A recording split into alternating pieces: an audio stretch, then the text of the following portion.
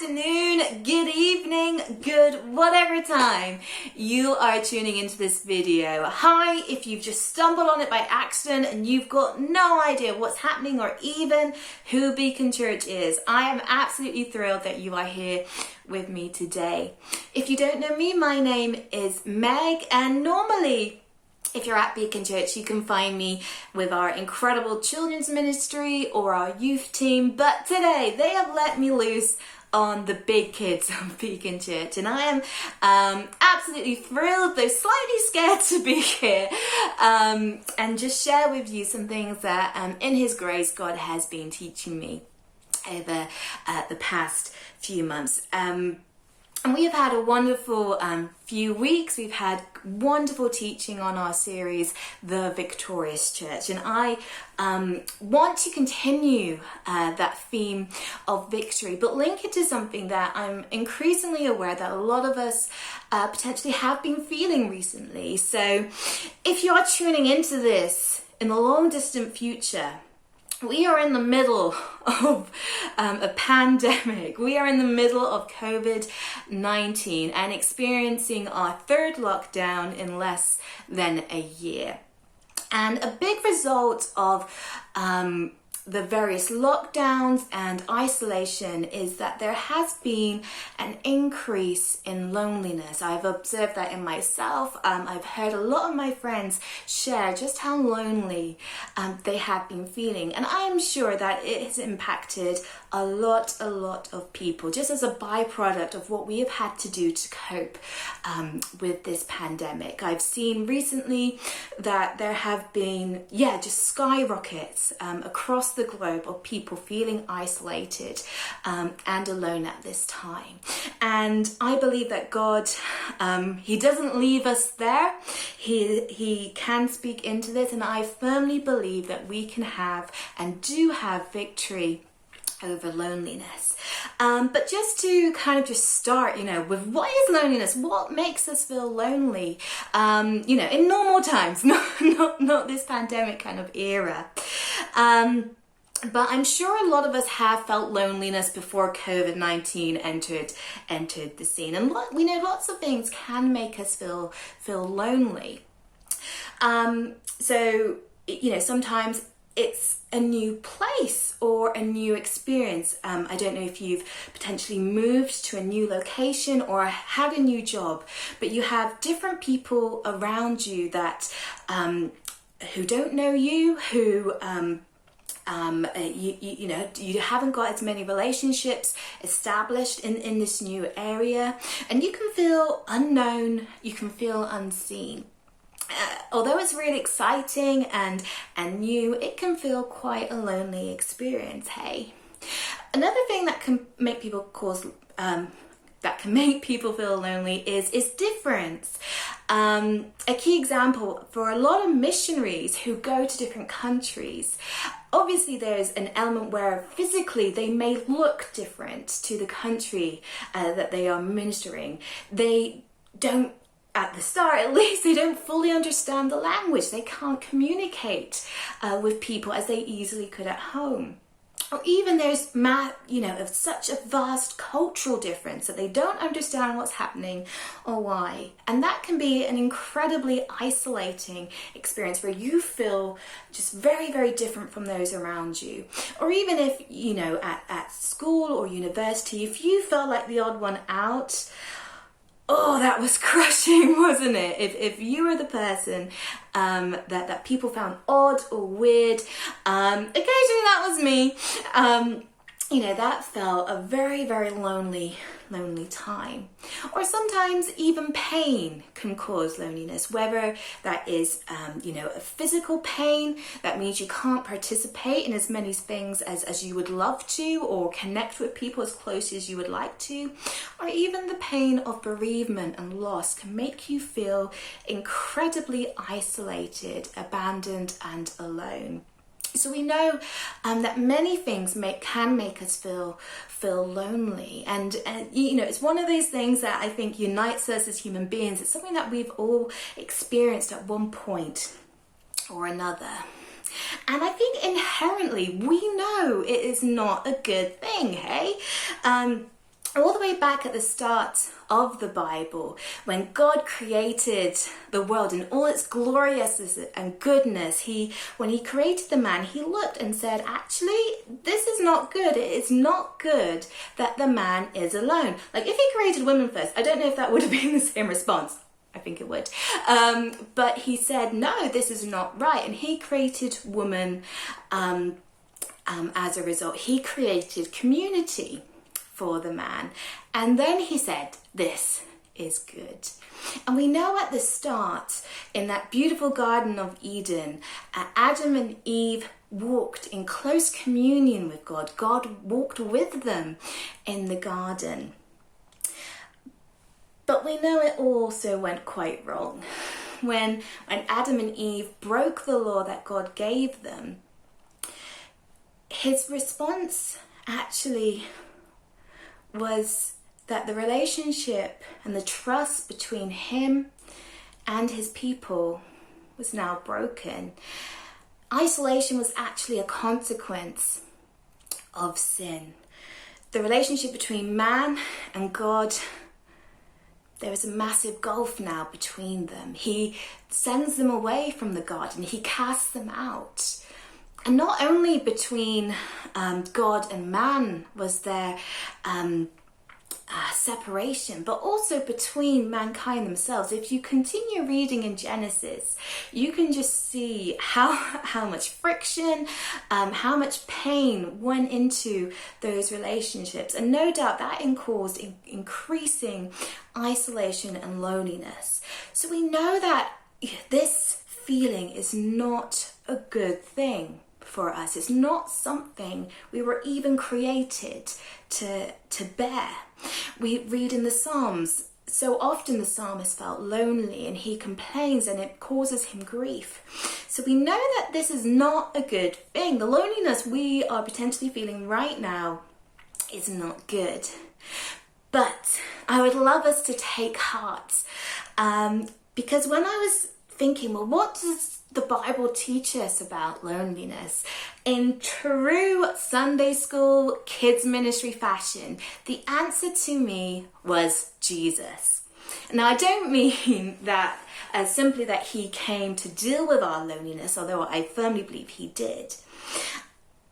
Something I noticed was that he seems to fully identify and understand what loneliness is.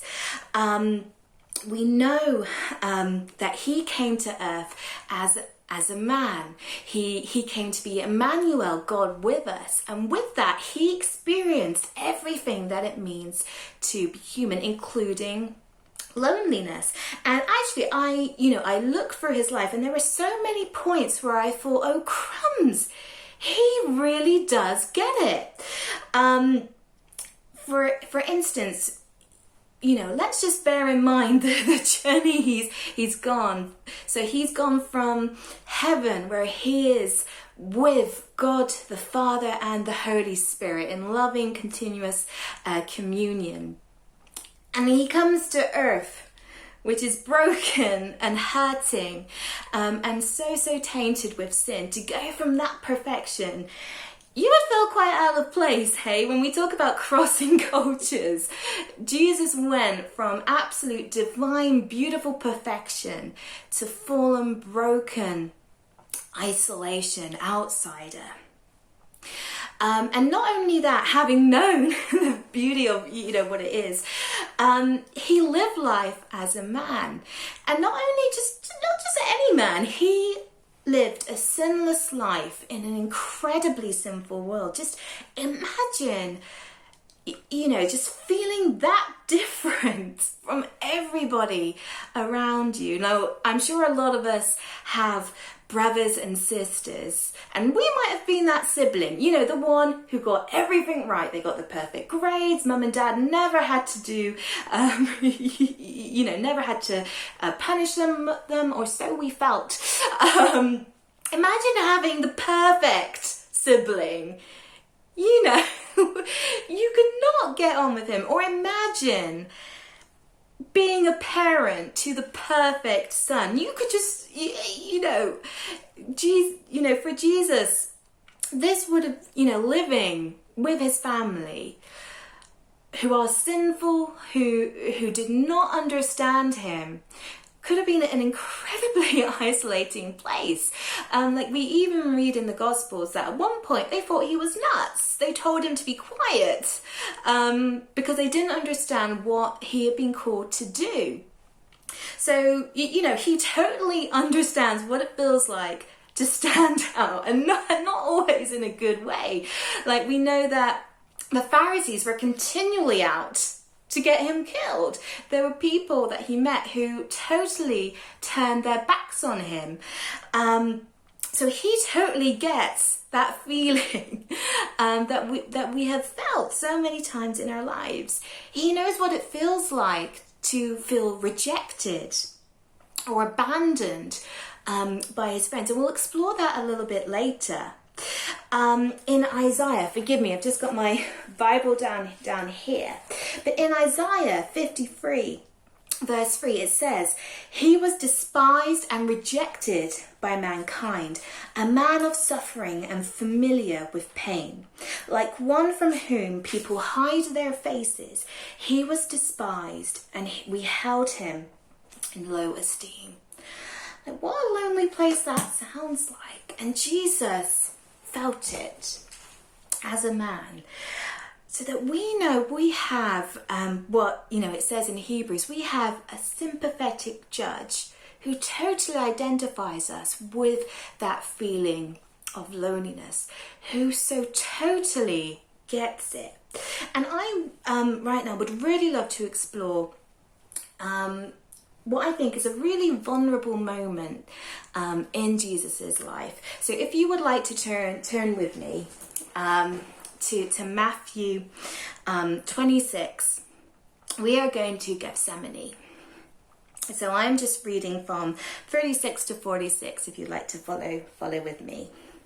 So it says, "Then Jesus went with his disciples to a place called Gethsemane, and he said to them, 'Sit here while I go over there and pray.' He took Peter and 2 sons of Zebedee along with him, and he began to be sorrowful and troubled. Then he said to them, 'My soul is overwhelmed with sorrow to the point of death. Stay here and keep watch with me.' Going a little farther, he fell with his face to the ground and prayed, 'My Father, if it is possible, may this cup be taken from me. Yet not as I will, but as you will.' Then he returned to his disciples and found them sleeping. 'Couldn't you men keep watch with me for 1 hour?' he asked Peter. 'Watch and pray so that you will not fall into temptation. The spirit is willing, but the flesh is weak.' He went away a second time and prayed, 'My Father, if it is not possible for this cup to be taken away unless I drink it, may your will be done.' When he came back, he again found them sleeping because their eyes were heavy. So he left them and went away once more and prayed the 3rd time, saying the same thing. Then he returned to the disciples and said to them, 'Are you still sleeping and resting? Look, the hour has come, and the Son of Man is delivered into the hands of sinners.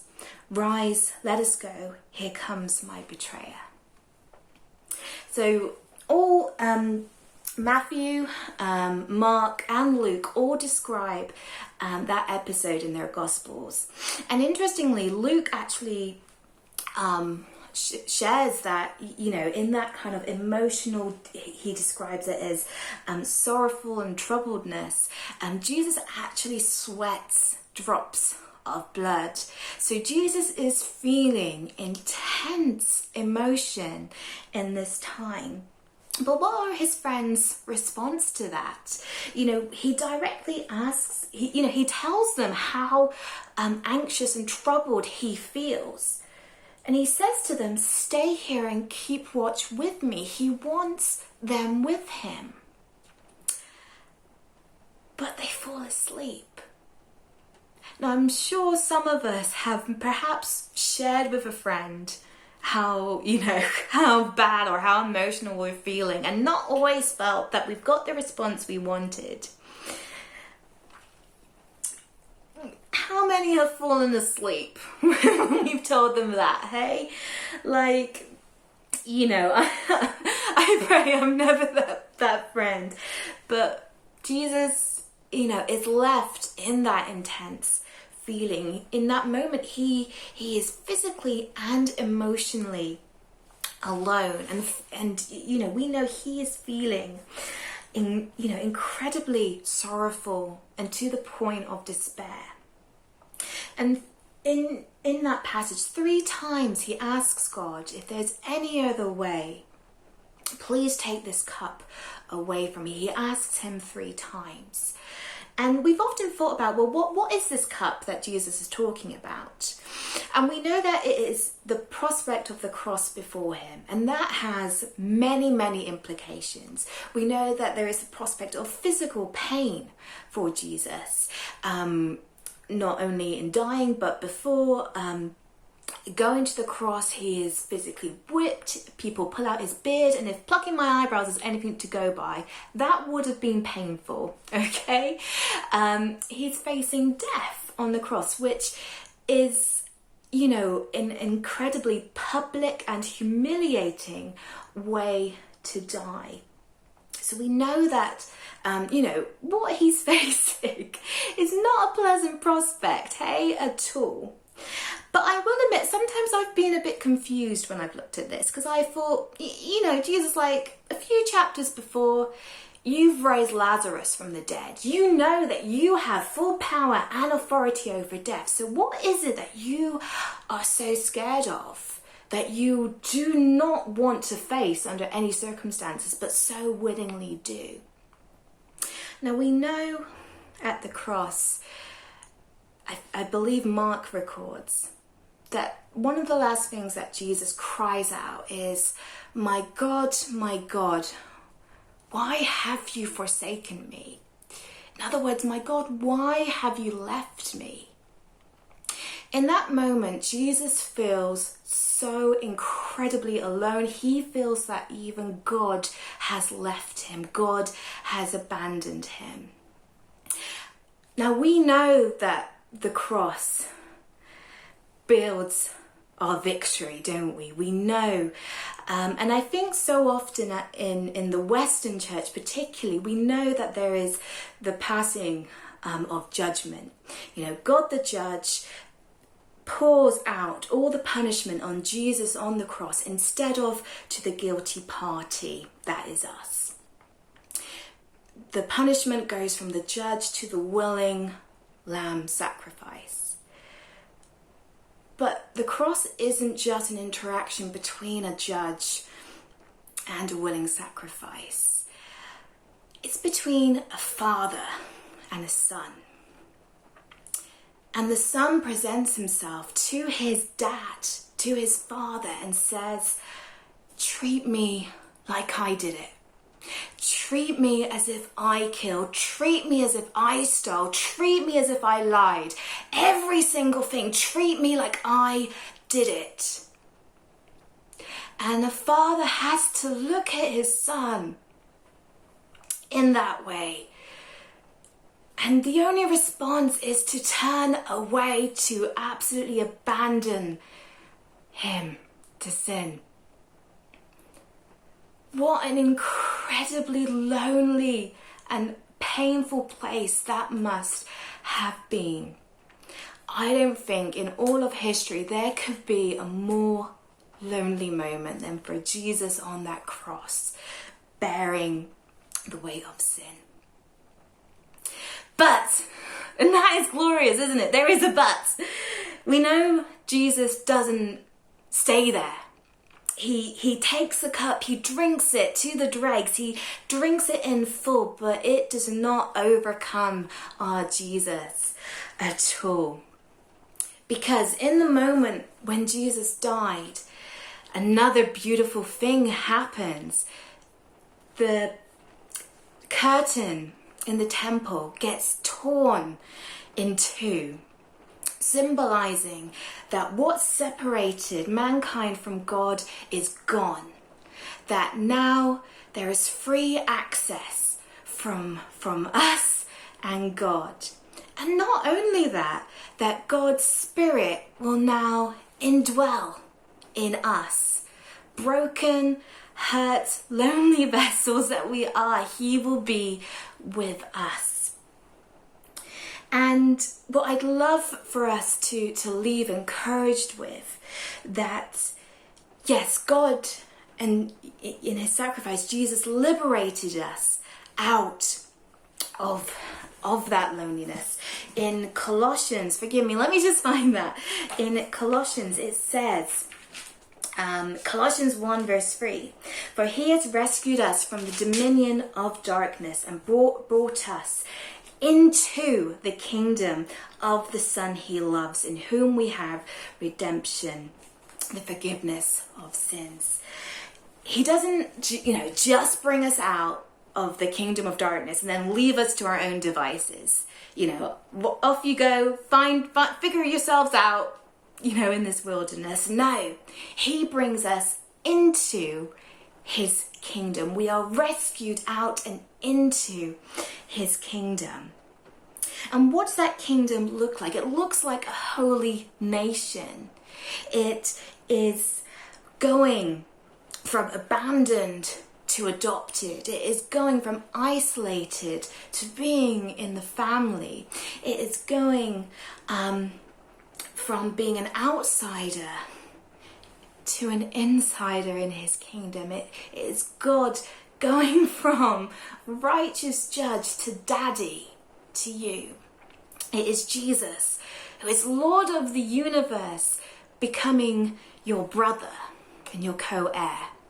And it is joining a global, beautiful bride that is the church. It is going into the biggest family you could ever dream of. And I know that probably right now we're thinking, okay, I know this is what I'm part of. I know that this is true. But I don't feel it right now. Be assured that Jesus has purchased this. Be assured that Jesus has overcome loneliness. It died with him and he resurrected. And although we taste loneliness now, and often so much, he is destroying it. And there is going to be a day where not one tear will drop from your eye that you will ever feel alone. That is coming. That is a promise for you. We can approach the throne of God with confidence and assurance that he knows us, that he sees us, that he loves and he cares for us because of what Jesus has done. And that is where our victory over loneliness comes from. That Jesus drunk to the full the absolute punishment of separation from God that we deserved, and he destroyed it.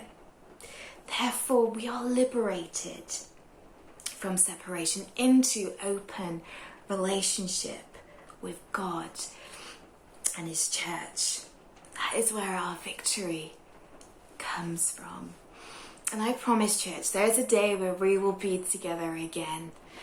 And I am excited to give you the biggest hug in the world when I can see you.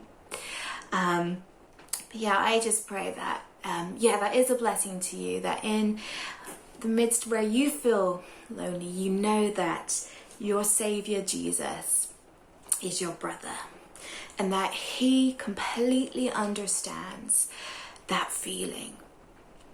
But not only does he understand, he has done all he ever could to overcome that, and he has been victorious. You are so loved and so seen. And I just pray that this is a blessing to you.